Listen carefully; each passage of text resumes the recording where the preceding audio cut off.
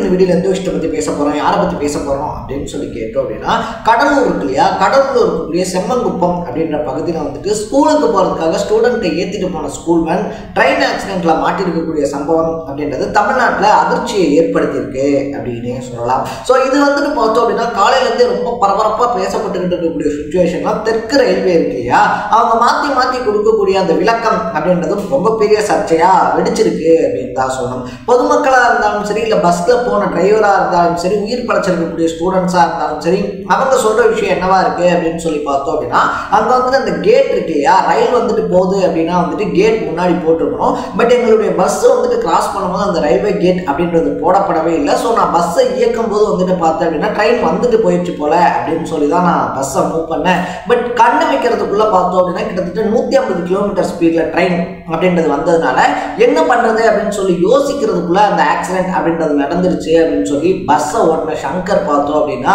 விளக்கம் அப்படின்றத கொடுக்குறாரு. பட் தெற்கு ரயில்வே பொறுத்த வரைக்கும் அவங்க கொடுக்கக்கூடிய விளக்கம் என்னவா இருக்கு அப்படின்னு சொல்லி பார்த்தோம்னா அப்படிலாம் கிடையாது. எங்களுடைய கேட் கீப்பரா இருக்கக்கூடிய பங்கஜ் குமார் இருக்கார் இல்லையா, ஸோ பங்கஜ் சர்மா வந்துட்டு பார்த்தோம் அப்படின்னா கேட்லாம் வந்துட்டு போட்டாரு. பட் ஸ்கூலுக்கு வந்துட்டு டைம் ஆயிடுச்சு, நாங்கள் வந்துட்டு டைமுக்கு உள்ள போகணும் அப்படின்னு சொல்லிட்டு கேட்டு போட்ட பங்கஜ் சர்மா வந்துட்டு வற்புறுத்தினால தான் அந்த கேட்டை திறந்திருக்காரு. அதனாலதான் ஆக்சிடென்ட் அப்படின்றது நடந்திருக்கு அப்படின்னு சொல்லி தெற்கு ரயில்வே துறை சார்பில் பார்த்தோம் அப்படின்னா ஒரு விளக்கம் அப்படின்றது கொடுக்கப்பட்டிருக்கு அப்படின்னு சொல்லலாம். ஸோ எது உண்மை, என்ன நடந்துச்சு கடலூர்ல, அதை தாண்டி அந்த பகுதி மக்கள் சொல்லக்கூடிய விஷயங்கள் என்ன அப்படின்ற மாதிரி பல விஷயங்களை தான் இந்த வீடியோவில் நம்ம பேச போறோம். அதுக்கு முன்னாடி நம்ம சேனலுக்கு நீங்க புதுசா வந்திருந்தீங்க அப்படின்னா இதே மாதிரி அப்பப்போ அப்டேட்டா போயிட்டு இருக்கக்கூடிய விஷயங்கள், அது கரண்ட் அஃபேர்ஸா இருந்தாலும் சரி, பாலிடிக்ஸாக இருந்தாலும் சரி, ஸ்போர்ட்ஸாக இருந்தாலும் சரி, அப்பப்போ அப்டேட்டாக போயிட்டு இருக்கக்கூடிய விஷயங்களை நீங்கள் தொடர்ந்து தெரிஞ்சுக்கணும் அப்படின்னு ஆசைப்பட்டீங்கன்னா மறக்காம சேனலை ஃபாலோ பண்ணி சப்ஸ்கிரைப் பண்ணிக்கோங்க.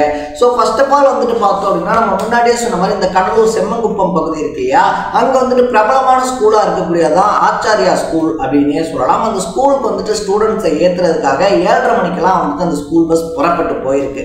நல்ல வேலையாக பார்த்தோம் அப்படின்னா பசங்களை ஏற்றிட்டு அந்த வழியாக வந்துருச்சு அப்படின்னா இன்னும் உயிர் சேதம் இருக்கு இல்லையா, அதை அதிகப்படுத்துறதுக்கான வாய்ப்பு அதிகமா இருந்திருக்கும். பட் அப்பதான் வந்துட்டு ஸ்டூடெண்ட்ஸ் ஒவ்வொருத்தரா ஸ்டாப்பா நிப்பாத்தி ஏத்திட்டு போனதுனால அந்த பஸ்ல 4 ஸ்டூடெண்ட் ஒரு டிரைவர் இருந்தாங்க அப்படின்னு வந்துட்டு இதுவரைக்கும் கிடைச்ச செய்திகளின்படி சொல்லப்படுது. ஸோ அப்படி போகும்போது வந்துட்டு பார்த்தோம் அப்படின்னா அவங்க சொல்ற முதல் விஷயம், அந்த பகுதி மக்கள் சொல்ற முதல் விஷயம் என்னவா இருந்துச்சு அப்படின்னு சொல்லி பார்த்தோம்னா, இப்ப கேட் கீப்பரா இருக்கக்கூடிய பங்கஜ் சர்மா இருக்காரு இல்லையா, அவர் வந்துட்டு இதுக்கு முன்னாடியே இந்த மாதிரி ஒரு 3-4 டைம் வந்துட்டு கேட்டை போடாம இருந்தாரு. அந்த பகுதியில் இருக்கக்கூடிய நாங்கள்லாம் வந்துட்டு தொடர்ந்து வந்துட்டு சொல்லிட்டே இருந்தோம், இந்த மாதிரி வந்துட்டு கேட்டை போடுங்க, இல்லைன்னா ஏதாவது பிரச்சனை ஆயிடும் அப்படின்னு சொல்லிட்டு. அதுக்கப்புறமும் ஒரு சில டைம் வந்துட்டு ரொம்பவே கேர்லெஸ்ஸா தான் வந்துட்டு அவர் இருந்தாரு. அவருடைய அந்த கேர்லெஸ் இருக்கு இல்லையா, அதுதான் வந்துட்டு இன்னைக்கு 4 குழந்தைகளுடைய உயிர் அப்படின்றத பலி வாங்கிருச்சு அப்படின்னு சொல்லி அந்த ஆக்சிடென்ட் நடந்த உடனே கேட் கீப்பரான பங்கஜ் சர்மா இருக்கார் இல்லையா, அவர் அந்த பகுதி மக்கள் தாக்கியிருக்காங்க அப்படின்னு சொல்லலாம். ஏன்னா அவர் வந்துட்டு கரெக்டான டைமுக்கு கேட் அப்படின்றத போட்டிருந்தாரு அப்படின்னா இந்த விபத்து தடுத்து நிறுத்தப்பட்டிருக்கும் அப்படின்னு சொல்லப்படுது. இது மட்டும் இல்லாம வந்துட்டு பார்த்தோம் அப்படின்னா அந்த ஸ்கூலுக்கு போன அக்கா தம்பி 2 பேருமே இறந்திருக்கக்கூடிய விஷயம் அப்படின்றதும் அந்த பகுதி மக்களை சோகத்தில் ஆழ்த்தி இருக்கு அப்படின்னு சொல்லலாம். ஸோ சாருமதி அப்படின்னு சொல்லக்கூடிய ஒரு 16 வயசு பொண்ணு, செரியன் அப்படின்னு சொல்லக்கூடிய ஒரு 15 வயசு பையன், நிவாஷ் அப்படின்னு சொல்லக்கூடிய ஒரு 12 வயசு பையன் அப்படின்னு சொல்லி அந்த பஸ்ல இருந்த 5ல் 3 பேர் இறந்துட்டாங்க அப்படின்னு வந்துட்டு சொல்றாங்க. இதுல சாருமதி செரியன் இருக்காங்க இல்லையா, 2 பேருமே வந்துட்டு பார்த்தோம் அப்படின்னா ஒரே வீட்டில் இருந்த பிள்ளைகள், அக்கா தம்பி அப்படின்னு சொல்லப்படுது. ஸோ இதனால வந்துட்டு பார்த்தோம் அப்படின்னா அவங்களுடைய மரணம் அப்படின்றது இருக்கு இல்லையா, அந்த பகுதியில கொந்தளிப்பை ஏற்படுத்தியிருக்கு அப்படின்னு சொல்லப்படுது. தொடர்ந்து வந்துட்டு பார்த்தோம் அப்படின்னா தெற்கு ரயில்வே இருக்காங்க இல்லையா, அவங்கள பொறுத்த வரைக்குமே நாங்கள் இதுக்கு வந்துட்டு சப்வே மாதிரி சுரங்கப்பாதை மாதிரி வந்துட்டு வழி அமைக்கணும் அப்படின்னு சொல்லிட்டு மாவட்ட நிர்வாகத்துக்கிட்ட நாங்கள் தொடர்ந்து 1 வருஷமா கேட்டுக்கிட்டு இருக்கோம். மாவட்ட நிர்வாகம் தான் வந்துட்டு பார்த்தோம் அப்படின்னா இதுக்கான ஒப்புதல் அப்படின்றத தரல. ஸோ நாங்கள் வந்துட்டு பார்த்தோம் அப்படின்னா எங்கள் சைட்ல இருந்தே அந்த சப்வே அமைக்கிறதுக்கான வேலைகள் அப்படின்றத ஆரம்பிக்கிறதுக்கான ஒப்புதல் கொடுத்துட்டோம். இது மாவட்ட நிர்வாகம் மேலே தான் தப்பு அப்படின்னு சொல்லிட்டு பழைய தூக்கி மாவட்ட நிர்வாகம் மேலே போடுறாங்க அப்படின்னே சொல்லலாம். பட் இது வரைக்கும் வந்துட்டு பார்த்தோம் அப்படின்னா இல்லை நாங்கள் வந்துட்டு பல வருஷங்களா கிட்டத்தட்ட 65,000 கிலோமீட்டருக்கு மேல இருக்கக்கூடிய ரயில்வே பாதைகள் இருக்கு இல்லையா, அதுல 1500 கிலோமீட்டர்ஸ்க்கு தான் வந்துட்டு இந்த கட்ச் பாதுகாப்பு அப்படின்றதெல்லாம் வந்துட்டு இருக்கு, அதை மேம்படுத்தணும்னு சொல்லி சொல்றோம். அதை ரயில்வே தான் கேட்கல அப்படின்னு சொல்லிட்டு தமிழ்நாடு அரசு சார்பில் வந்து ரயில்வே துறை மேல பழி அப்படின்றது போடப்படுது அப்படின்னு சொல்லலாம். ஸோ இப்படி பாலுக்காலுக்கு மாத்தி பழி அப்படின்றது போடப்பட்டாலும் 3 உயிர்கள் அபத்தமா போயிருக்கு. இது மட்டும் இல்லாம வந்துட்டு பார்த்தோம் அப்படின்னா அந்த ஆக்சிடென்ட் இருக்கு இல்லையா, அந்த பகுதியில் ஆக்சிடென்ட் நடந்த சத்தம் கேட்டு வந்துட்டு பார்த்தோம் அப்படின்னா அந்த குழந்தைகளை காப்பாற்றுறதுக்காக வந்து ஒரு முதியவரும் மின்சாரம் தாக்கி ஹாஸ்பிட்டலில் அட்மிட் பண்ணப்பட்டிருக்காரு அப்படின்னு சொல்கிறாங்க.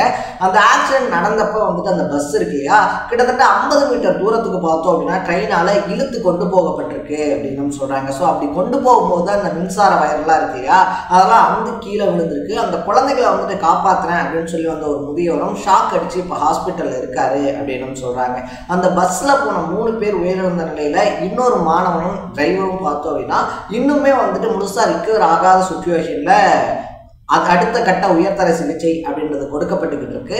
இப்படி ஒரு சுச்சுவேஷன்ல வந்துட்டு பார்த்தோம் அப்படின்னா தெற்கு ரயில்வே இருக்காங்க இல்லையா, இறந்தவங்களுடைய குடும்பத்துக்கு தலா 5 லட்சம் ரூபாய், காயம் அடைஞ்சவங்களுக்கு 2 லட்சம் ரூபாய், ரொம்ப பெரிய காயம் அடைஞ்சவங்களுக்கு 2 லட்சம் ரூபாய், சாதாரண காயம் அடைஞ்சவங்களுக்கு 50,000 ரூபாய் அப்படின்னு சொல்லி நிவாரணமும், தமிழ்நாடு அரசு சார்பிலையும் பார்த்தோம் அப்படின்னா உயிரிழந்த குடும்பத்துக்கு தலா 5 லட்சம் ரூபாயும், அதை தாண்டி வந்துட்டு காயம் அடைஞ்சவங்களுக்கு 1 லட்சம் ரூபாய் 50,000 ரூபாய் வீதம் நிவாரணம் அப்படின்றது அறிவிக்கப்பட்டிருக்கு அப்படின்னே சொல்லலாம். ஸோ சாருமதி இருக்காங்க இல்லையா, சாருமதி செலியன் அப்படின்னு சொல்லி தங்களுடைய 2 குழந்தைகளையுமே இழந்த பேரண்ட்ஸ் வந்துட்டு தமிழ்நாடு அரசு கிட்ட வைக்கக்கூடிய கோரிக்கையா பார்த்தோம் அப்படின்னா இப்ப நடந்திருக்கக்கூடிய ஆக்சிடென்ட் அப்படின்றது இருக்கு இல்லையா, அதுக்கு யார் உண்மையான காரணம் அப்படின்றத வந்துட்டு கேட்டு அதுக்கான விசாரணை அப்படின்றது எடுக்கப்பட்டு அவங்க மேல வந்துட்டு ஆக்ஷன் அப்படின்றது எடுக்கப்படணும். அட்லீஸ்ட் இனி வரக்கூடிய காலங்கள் இருக்கு இல்லையா, இப்போ வந்துட்டு நடந்துருச்சு, அவர் அவருடைய 2 குழந்தைகளுமே இழந்துட்டு நிற்கதியா நிற்கிறாரு.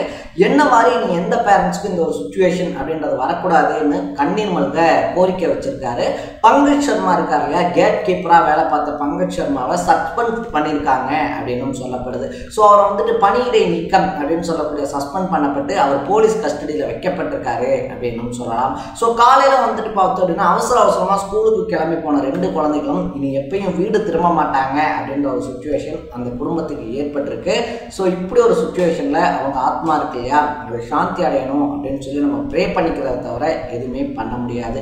அட்லீஸ்ட் இனிமேலாச்சும் ரயில்வே நிர்வாகம் இருக்கு இல்லையா, இந்த மெத்தன போக்கு அப்படின்றத கைவிட்டுட்டு ஏதாவது ஒன்று நடந்தாதான் அதுக்கப்புறமா வந்துட்டு ரொம்ப சீரியஸாக ஒரு விஷயத்த செயல்படணும் அப்படின்ற மைண்ட் செட்டை மாற்றி இனிமேலாவது வந்துட்டு இந்த ஸ்கூல் வேன்ஸ்லாம் இருக்கு இல்லையா, ஸ்கூல் வேன்ஸாக இருந்தாலும் சரி, இந்த பொது வாகனங்கள் பஸ்ஸு லாரி இந்த மாதிரி கடக்கக்கூடிய வழித்தடங்களாக இருந்தாலும் சரி, அந்த மாதிரியான இடங்கள்ல கூடுதல் வசதியோடு வந்துட்டு அந்த கேட் கீப்பர்ஸ் இல்லை அப்படின்னாலும் ஆட்டோமேட்டிக்காக மூடக்கூடிய கேட்ஸ் அப்படின்றத வடிவமைச்சாங்கன்னா தான் இனி வரக்கூடிய காலங்களில் இந்த மாதிரி விபத்துக்களை தடுக்க முடியும் அப்படின்னு சொல்லலாம். ஸோ நீங்கள் இந்த விஷயத்தை பற்றி என்ன நினைக்கிறீங்க அப்படின்றத கமெண்ட்ல போட்டு இதே மாதிரி அப்பப்போ அப்டேட்டாக போயிட்டு இருக்கக்கூடிய விஷயங்கள் கரண்ட் அஃபேர்ஸாக இருந்தாலும் சரி, பாலிடிக்ஸாக இருந்தாலும் சரி, ஸ்போர்ட்ஸாக இருந்தாலும் சரி, அப்பப்போ அப்டேட்டாக போயிட்டு இருக்கக்கூடிய விஷயங்களை நீங்கள் தொடர்ந்து தெரிஞ்சுக்கணும் அப்படின்னு ஆசைப்பட்டீங்கன்னா மறக்காம சேனலை ஃபாலோ பண்ணி சப்ஸ்கிரைப் பண்ணிக்கோங்க. நாளைக்கு இதே மாதிரி இன்னொரு இன்ட்ரெஸ்டிங்கான வீடியோட சந்திக்கலாம். தடா, பை பை.